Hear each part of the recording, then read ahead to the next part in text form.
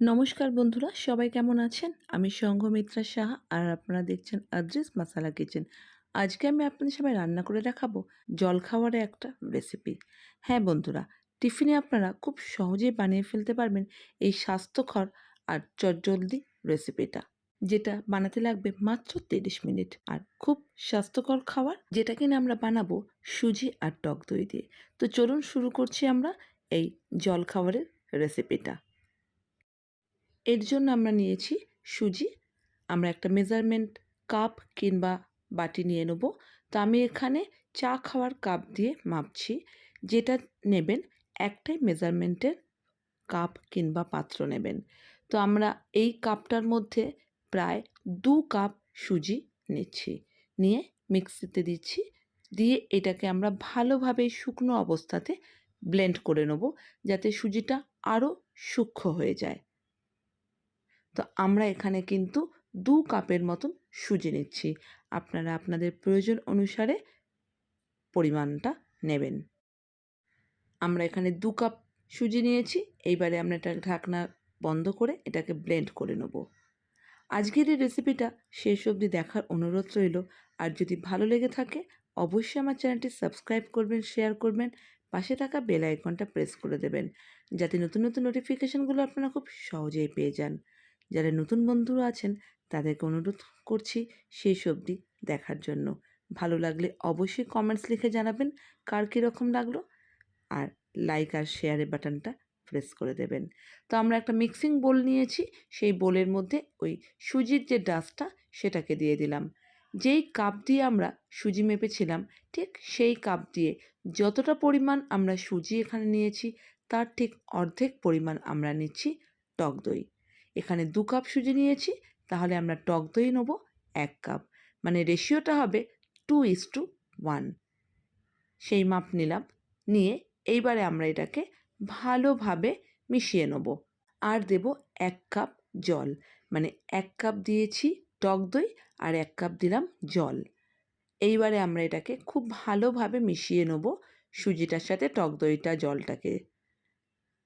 আবারও বলছি, রেশিওটা হবে 2:1:1। 2 কাপ সুজি, 1 কাপ টক দই, 1 কাপ জল। আর জলের পরিমাণটা না আপনাদের উপর নির্ভর করবে, তার কারণ টক দইটা যদি ঘরে পাতা হয় আর টক দইটা যদি খুব গাঢ় হয়, জল ঝরানো টক দই হয়, তাহলে জলের পরিমাণটা কিন্তু 1 কাপের থেকে একটু বেশি হবে। এইটা কিন্তু আপনারা প্রথমেই 1 কাপ জল দিয়ে দেবেন না, কাপের থেকে একটু কম দিয়ে ভালোভাবে ব্লেন্ড করে নিয়ে এটাকে যখন দেখবেন একটা মোটা গাঢ় থিক হচ্ছে, তখন জলটাকে দেবেন। ঠিক আমি যেরকম ব্যাটারটা বানিয়েছি দেখুন, যতটা গাঢ় আছে ঠিক ততটা গাঢ় হবে, কারণ এটাকে আমরা রেস্টে রেখে দেবো 10 মিনিট থেকে 15 মিনিটের জন্য। আর তাতে কি হবে, জিনিসটা ফুলবে, সুজি এক্সেস জলটাকে অ্যাবজর্ব করবে। তো এই মাপটা কিন্তু আপনারা দেখে নেবেন যাতে বেশি পাতলা না হয়ে যায়। তো 15 মিনিট হয়ে গেছে, সুজিটা দেখুন ফুলে উঠেছে। টক দই আর জলটাকে সুজি কিন্তু অ্যাবজর্ব করে নিয়েছে। তো আমাদের কিন্তু এইরকমই গাঢ় লাগবে। এইবার এটাকে আবারও একটুখানি ব্লেন্ড করে নিয়ে সামান্য একটু জল দিচ্ছি। আমি কিন্তু এখানে টোটাল জল দিয়েছি 1 কাপই। তার কারণ আমি কিন্তু প্রথমে 1 কাপের থেকে একটু কম জল দিয়েছিলাম। তো বন্ধুরা, এই মেজারমেন্টটা কিন্তু একদমই মনে রাখতে হবে। তো এইবারে আমরা দিচ্ছি 1 চামচ চিনি। যেহেতু টক দই দিয়েছি, চিনিটা দিলে একটু ব্যালেন্স হবে মিষ্টিটা। দিচ্ছি 1 টেবিল স্পুন সাদা তেল কিংবা রিফাইন্ড অয়েল, যেটা আপনারা ব্যবহার করেন, তবে এখানে কিন্তু সর্ষের তেল ব্যবহার করবেন না। এইবারে আমরা এটাকে খুব ভালো করে মিশিয়ে নিচ্ছি, যাতে তেল চিনিটা খুব ভালোভাবে এই সুজির মিশ্রণটার মধ্যে মিশে যায়। আমরা যখন সুজিটাকে মেখে রেখেছিলাম তখনই কিন্তু এর মধ্যে 1 চামচ আমরা নুন দিয়েছিলাম। এবারে আমরা দিয়ে দিলাম সাদা জিরে, গোটা সাদা জিরে আমরা এর মধ্যে দিয়েছি। আর লাস্টে দিচ্ছি একটা ইনোর স্যাশে কিংবা 1 চামচ ইনো। এইটাকে দিয়ে খুব ভালো করে 30 সেকেন্ডের মতন ভালো করে এটাকে আমরা হ্যান্ড ব্লেন্ডারের সাহায্যে একটু ব্লেন্ড করে নিচ্ছি। এতে কিন্তু দেখবেন এটা কিন্তু অনেকটা ফুলে উঠবে মনে হবে।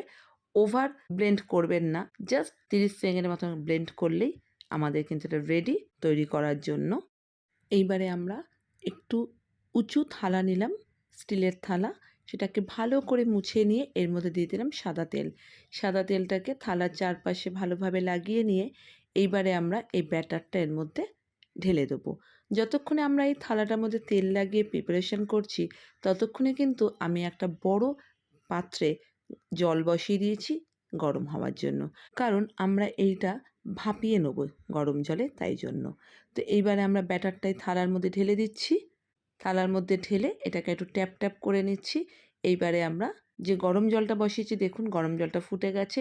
এইবারে আমরা ওইটার মধ্যে থালাটাকে দিয়ে দিলাম। ওপরে এটাকে রেখে এইবারে ওপর থেকে এটাকে ঢেকে দেবো। ঢেকে গ্যাসের আঁচটাকে একদম কমিয়ে দিয়ে আমরা এটাকে স্টিমে রাখবো 15 থেকে 20 মিনিটের জন্য। 15 মিনিট বাদে একবার ঢাকনাটা তুলে দেখবেন একটা ফর্ক কিংবা একটা কাঁটা চামচের সাহায্যে, যেটা কাঁচা নেই তো কাঁটাটা চামচটা যাতে সহজেই বেরিয়ে আসে। যদি সহজেই বেরিয়ে আসে তাহলে বুঝতে হবে আমাদের রান্নাটা কিন্তু একদম তৈরি। তো আমরা এটাকে ঢেকে রেখে দিচ্ছি 15 থেকে 20 মিনিটের জন্য। যতক্ষণ বন্ধুরা এটাকে স্টিম হবে, ততক্ষণে চলুন আমরা এর জন্য চাটনিটা তৈরি করে নিই। তো আমরা এখানে একটা মিক্সিং জার নিয়েছি, এর মধ্যে বেশ খানিকটা ধনেপাতা দিচ্ছি। বেশ অনেকটা ধনেপাতা আমরা ভালোভাবে ধুয়ে জল ঝরিয়ে নিয়ে দিয়ে দিলাম। এইবারে আমরা এর মধ্যে দেবো 2টো কাঁচা লঙ্কা। ঝালটা আপনারা আপনাদের মতন করবেন, খুব বেশি ঝাল কিন্তু হবে না। দিয়ে দিচ্ছি 1 টেবিল চামচের মতন চিনি। দেবো এখানে 1 চামচ ভাজা জিরের গুঁড়ো, সেটা দিয়ে দিলাম। দিয়ে দেবো স্বাদ মতন নুন, আর দেবো টক দই। টক দইটাকে কিন্তু আমরা জল ঝরিয়ে রেখে দেবো, যাতে গাঢ় দইটা আমরা ব্যবহার করতে পারি। তো আমরা এই টক দই একটা ছাঁকনিতে রেখে দিয়েছি প্রায় 1 ঘন্টা ধরে। সেই দইটাকে আমরা ব্যবহার করছি। দেখুন একদম গাঢ় দইটা আমরা ব্যবহার করলাম এখানে। এইবারে আমরা এটাকে ব্লেন্ড করে নেব। খুব সহজে চাটনিটা বানানো, কিন্তু আপনারা কিন্তু এটা যদি বানিয়ে স্টোর করে রাখেন ফ্রিজে, যে কোনো আইটেমের সাথে কিন্তু এটা খেতে পারেন। খেতে কিন্তু খুবই ভালো লাগে এবং খুব টেস্টিও। তো বন্ধুরা দেখুন ব্লেন্ড হয়ে গেছে, আমাদের কিন্তু এই ধনেপাতার চাটনিটা তৈরি। বন্ধুরা কার কীরকম লাগলো আজকের এই রেসিপিটা আমাকে কিন্তু কমেন্টসের মাধ্যমে অবশ্যই লিখে জানাবেন। আর ভালো লাগলে অবশ্যই একটা লাইক আর শেয়ার করে দেবেন। তো দেখুন আমার কিন্তু এটা স্টিম হতে টোটাল টাইম লাগলো 20 মিনিট। তো স্টিম কিন্তু হয়ে গেছে। এইবারে আমরা গ্যাসের আঁচটাকে বন্ধ করে ঢেকে রেখে দেবো আরও 5 মিনিটের জন্য। ব্যাস, তাহলেই কিন্তু তৈরি আমাদের এই টিফিন রেসিপিটা। আমি ছুরি দিয়ে দেখলাম, দেখুন একদম ছুরির মধ্যে কিন্তু কিছু লেগে নেই। এবারে ঠান্ডা করে নিয়েছি, ঠান্ডা করে এটাকে আমরা এবারে কেটে নিচ্ছি। আপনারা আপনাদের মতন করে যে কোনো শেপে এটাকে কেটে নিতে পারেন। খুব স্পঞ্জি হয়, খেতে কিন্তু দুর্দান্ত, খুব হেলদি আর একদম চটজলদি হয়ে যায়। টিফিনে, স্কুলের টিফিনে, নিজেদের জলখাবারের জন্য কিন্তু অনায়াসে এই জিনিসটা তৈরি করে ফেলতে পারেন। তো বন্ধুরা আমাদের কিন্তু আজকের এই রেসিপিটা একদম তৈরি। সুজি দিয়ে চটজলদি তৈরি করে ফেলতে পারবেন এই সুস্বাদু রেসিপিটা। সাথে কিন্তু টক দইটা অবশ্যই লাগবে। তো দেখুন কতটা ফ্লপি আর স্পঞ্জি হয়েছে। আপনারা চাইলে এর মধ্যে বিভিন্ন সবজিও ব্যবহার করতে পারেন। থিকনেসটা দেখুন কতটা, একদম কাঁচা ব্যাপারটা কিন্তু একটুও নেই। আপনারা এই চাটনির সাহায্যে কিংবা চাইলে টমেটো সস দিয়েও খেতে পারেন। তবে এই ধনেপাতার চাটনিটা দিয়ে আপনারা পরিবেশন করে দেখুন। দুর্দান্ত স্বাদের এই রেসিপিটা তৈরি হয়ে গেছে। যদি ভালো লেগে থাকে রেসিপিটা, অবশ্যই শেয়ার কিন্তু চাই। তো বন্ধুরা আবারও দেখা হবে নতুন কোনো রেসিপির সাথে। সবাই ভালো থাকবেন, সুস্থ থাকবেন। নমস্কার।